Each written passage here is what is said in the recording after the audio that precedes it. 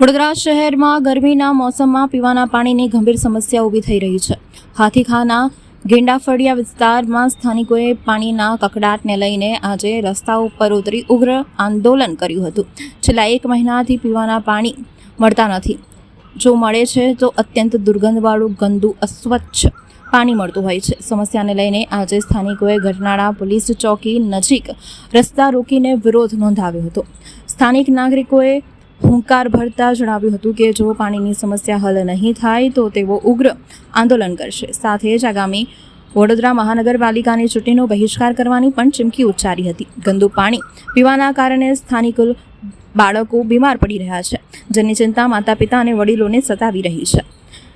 સ્થાનિકોના ઉગ્ર વિરોધને પગલે પોલીસ પણ ઘટનાસ્થળ ઉપર દોડી આવી હતી. અધિકારીઓએ સ્થાનિકોની સમજાવટનો પ્રયાસ કર્યો હતો. તેઓ શાંતિપૂર્ણ રીતે પોતાની માંગણી સરકાર સમક્ષ રજૂ કરે.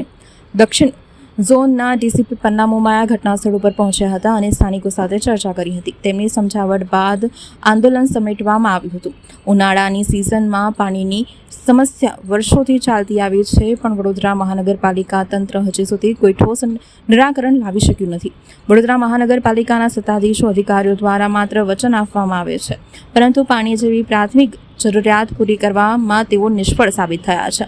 સ્થાનિકો દ્વારા રજૂ કરાયેલા આક્ષેપો અનુસાર જો જલ્દી સમસ્યા હલ નહીં થાય તો આગામી દિવસોમાં ઉગ્ર આંદોલન કરવામાં આવશે. પાલિકા તંત્રએ આ મુદ્દાને ગંભીરતાથી લઈ તાત્કાલિક પગલાં ભરવા જોઈએ, જેથી શહેરવાસીઓને તકલીફ ન પડે.